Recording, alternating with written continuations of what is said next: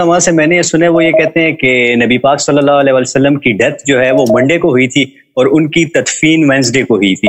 تو ان 3 دنوں میں کافی سارے صحابہ نے دور دور سے آ کر ان کا نماز جنازہ پڑھا تھا، جبکہ شیعہ علماء یہ کہتے ہیں کہ حضرت ابو بکر، عمر اور عثمان نبی کے جنازے میں شامل نہیں ہو سکے تھے کیونکہ وہ سقیفہ چلے گئے تھے خلیفہ کی سلیکشن کے لیے. تو اس میں کیا حقیقت ہے، اور کسی بک سے آپ اس کا حوالہ دے سکتے ہیں کہ مطلب یہ 3 خلفاء نبی پاک کے جنازے میں شریک تھے، حضرت ابو بکر، عمر اور عثمان؟ یہ کتاب ہے الکتاب المصنف فی الاحادیث والآثار، ابن ابی شیبہ الکوفی، بخاری مسلم کا استاد، جز نمبر 7، چاپ دار التاج. یہاں پہ آپ کو لے کے چلتے ہیں صفحہ نمبر 432 میں. جی ہاں معاف کیجیے گا، 432 کہاں سے گیا صفحہ؟ یہ صفحہ نمبر 432 ہے. اس میں اس کو زوم کر دیتے ہیں. آخر صفحے میں یہ حدیث نمبر ہے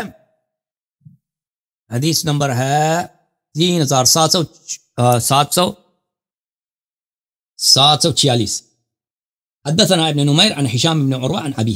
ہشام ابن عروہ اپنے والد عروہ ابن زبیر سے روایت کرتے ہیں ان ابا بکر و عمر، کہ ابو بکر اور عمر لم یشہدا دفن النبی صلی اللہ علیہ وسلم، نبی صلی اللہ علیہ وسلم کی تدفین میں یہ کوئی انہوں نے دیکھا ہی نہیں، شریک ہی نہیں ہوا. کان فی الانصار، یہ دونوں انصار کے پاس گئے تھے. فدفن قبل ان یرجع، نبی کریم صلی اللہ علیہ وسلم کی تدفین ہوئی ہے اس سے پہلے کہ واپس آ جاتے. ان کی جو ہے کیا ہوا، ان کی دفن ہو گئے نبی کریم صلی اللہ علیہ وسلم. اب جو سند کیا ہے اس حدیث کی، سند یہ ہے میرے عزیز، سند کیا ہے؟ حدثنا ابن نمیر عن ہشام ابن عروہ عن ابی. ٹھیک ہے نا، اس سند کو دیکھیے، یہ سند بخاری کی سند ہے، یہ بخاری کی سند ہے. صحیح بخاری چاپ دار ہے تراث العربی، کتاب چھپی ہے سنہ 2001 میں. یہ حدیث ہے حدیث نمبر 336 کتاب التیمم میں، صفحہ نمبر 83 میں. حدثنا عبداللہ ابن نمیر، بلے ابن نمیر عن ہشام ابن عروہ عن ابیہ. ٹھیک ہے نا، وہی سند بخاری میں. یہ اور بخاری میں یہ سند بہت زیادہ ہے. یہ مسلم میں بھی سند موجود ہے، صحیح مسلم چاپ دار الفکر، ملاحظہ فرمائیے صفحہ نمبر 80 حدیث نمبر 226.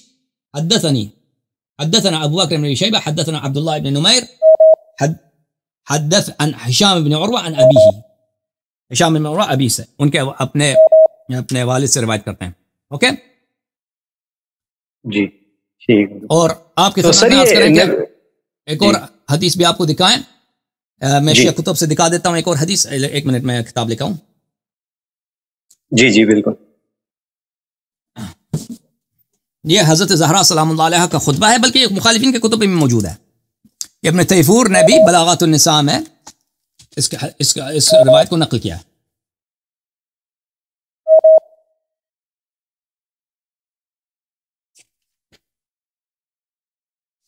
یہ کتاب ہے الاحتجاج للطبرسی،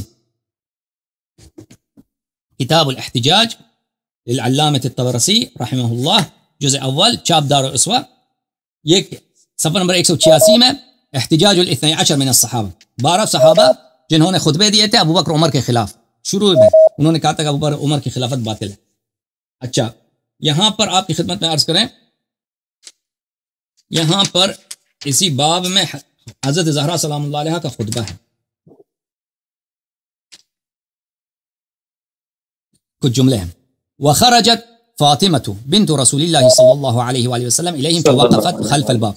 حضرت فاطمہ زہرا سلام اللہ علیہ آ گئیں اور دروازے کے پیچھے کڑی ہو گئیں، اور انہوں نے کہا لا احد لی بقوم اسوأ محضرا منکم.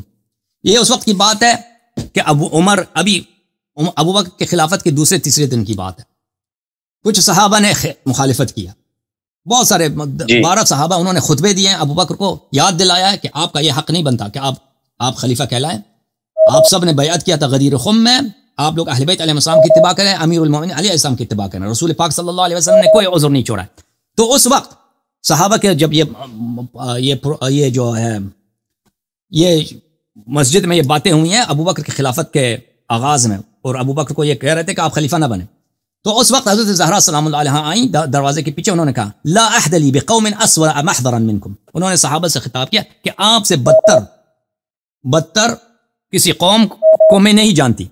اچھا، ترکتم رسول اللہ صلی اللہ علیہ وآلہ وسلم جنازۃ بین ایدینا.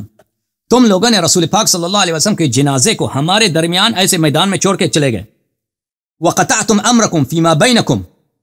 اور آپس میں جا کر تم نے آپس میں سازش کی اور خلافت کو اپنے درمیان تم لوگوں نے تقسیم کر لی.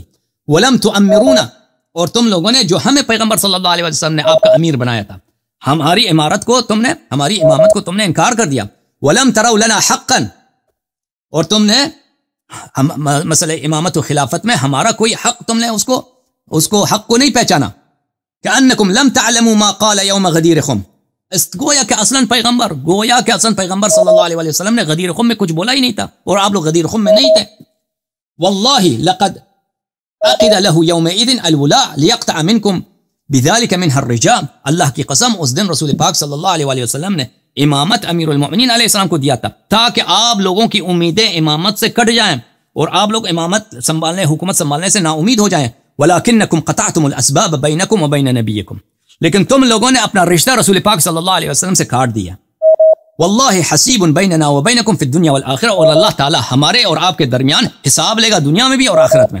تو اس میں بھی ہے کہ حضرت زہرا سلام اللہ علیہا نے شہادت دیا کہ ان لوگوں نے نبی کریم صلی اللہ علیہ وسلم کا جنازہ وہاں پہ چھوڑ کے چلے گئے تھے. اور مزید بولیں بھائی. سر تو یہ بات صحیح ہے کہ نبی علیہ السلام کی وفات کے 3 دن کے بعد ان کی تدفین ہوئی تھی؟ یہ بات صحیح ہے یا غلط ہے؟ ابھی وہ تدفین کتنے دن بعد ہوئی ابھی میرے ذہن میں نہیں ہے کہ اسی دن ہوئی اگلے دن ہوئی، ابھی میرے ذہن میں نہیں ہے. اچھا ٹھیک ہے سر. میرے مین یہی دو اور یہ کوئی ضروری نہیں ہے، یہ کوئی ضروری نہیں ہے کہ اگر اسی دن ہوئی ہے تو یہ لوگ جنازے میں نہیں تھے، اگر اگلے دن ہوئی ہے تو یہ جنازے میں، کیونکہ یہ لوگ جا سکتے ہیں نا، کیونکہ حدیث کی سند تو صحیح ہے بشرط بخاری مسلم، جو میں نے حدیث آپ کو دکھائی ہے کہ یہ مثلا دوبارہ گئے تھے انصار کے پاس، تیسری دفعہ گئے تھے. جو جن کو حکومت ملتی ہے تو وہ لوگوں سے بہت ملتے ہیں، میٹنگ رکھتے ہیں نا. جی تو ہاں اچھا ٹھیک ہے سر. Thank you sir. آپ دوسروں کو باری دیں. سر ایک چھوٹی سی ایک بک کے حوالہ لینا تھا آپ سے. کویشچنز میرے یہی 2 تھے. سر یہ ایک یوٹیوبر ہے مہربان علی کے نام سے، وہ مولا علی علیہ السلام کے اقوال اور ان کی جو حکمت کی باتیں ہیں نا وہ شیئر کرتا رہتا ہے. تو میں بیسیکلی سائنس کا اسٹوڈنٹ بھی ہوں، تو سائیکالوجی میں جو لیٹسٹ ریسرچز ہو رہی ہیں تو اس طرح سے ملتے جلتے ایک اقوال انہوں نے مولا علی علیہ السلام کے کیے تھے، لیکن وہ کسی کتاب کا حوالہ نہیں دیتے. تو کیا آپ کوئی ایسی بک ریکمینڈ کر سکتے ہیں جس میں مولا علی علیہ السلام نے مطلب اس طرح اسٹرانومی یا سائیکالوجی سے ریلیٹڈ کچھ ان باتوں میں آپ یقین نہ کریں. لوگ دیکھیں یہ شیعہ علماء جو ہے نا وہ بھائی وہ شیعہ عالم بھی نہیں ہوگا نا، شیعہ کے جو علماء نہیں ہے، ہاں شیعہ کے علماء بھی جو ہیں یہ حدیث ان کو نہیں آتی، ایسے غلط پڑھتے ہیں، لوگوں کو سناتے ہیں کہ امام علیہ السلام نے یہ فرمایا یہ فرمایا یہ فرمایا، سب جھوٹ ہوتا ہے، اکثر جھوٹ ہوتا ہے. ان کے بڑے بڑے آیت اللہ جو ہوتے ہیں، میں آپ کو بتاتا ہوں، شیعوں کو بھی بتاتا ہوں، یہ لوگ جب بھی کوئی حدیث یہ ہمارے منابر پر، ہمارے مسجدوں میں، بلکہ کتابوں میں، یہ بہت شرمندگی کی بات ہے. یہ اب ایسی جھوٹی باتیں ان لوگوں کو سناتے ہیں، وہ پڑھاتے ہیں، وہ انسان کا شاخ نکل آتا ہے بھئی تعجب سے. اور دیکھو وہ جو اپنے آپ کو علامہ کہتا ہے، آیت اللہ کہتا ہے، پھر اس کو غلط حدیث لوگوں کو سنانا، کوئی حدیث ہوتی ہی نہیں ہے. تو اس طرح اگر کوئی شخص آپ کو انٹرنیٹ پہ کوئی حوالہ بھی نہیں دیتا، وہ صرف ترجمہ لکھتا ہے، تو آپ جو ہے نا، میں نہیں کہتا کہ وہ غلط کہہ رہا ہے، میں کہتا ہوں جب تک وہ آپ کتاب کا حوالہ نہ دیکھیں تو آپ ان چیزوں پہ اعتبار نہ کریں. جہاں تک امیر المؤمنین علیہ الصلوۃ والسلام کے اقوال ہیں، دیکھیں کتاب تحف العقول، تحف العقول میں ان کے مواعظ موجود ہیں، ماشاء اللہ ایک بڑا سیکشن ہے امیر المؤمنین علیہ السلام کے کلمات، وہاں پہ دیکھ لیں، بہت نورانی کلمات بہت ہیں وہاں پہ. اوکے سر یہ شیعوں کی کتاب ہے؟ جی سر شیعوں کی کتاب. اچھا سر حسن سر بہت بہت شکریہ آپ کا اتنا ٹائم دینے کا، آپ سے بات کر کے بہت اچھا لگا. Thank you so much sir. Thank you so much. اللہ حافظ. تھینک یو، مہربانی.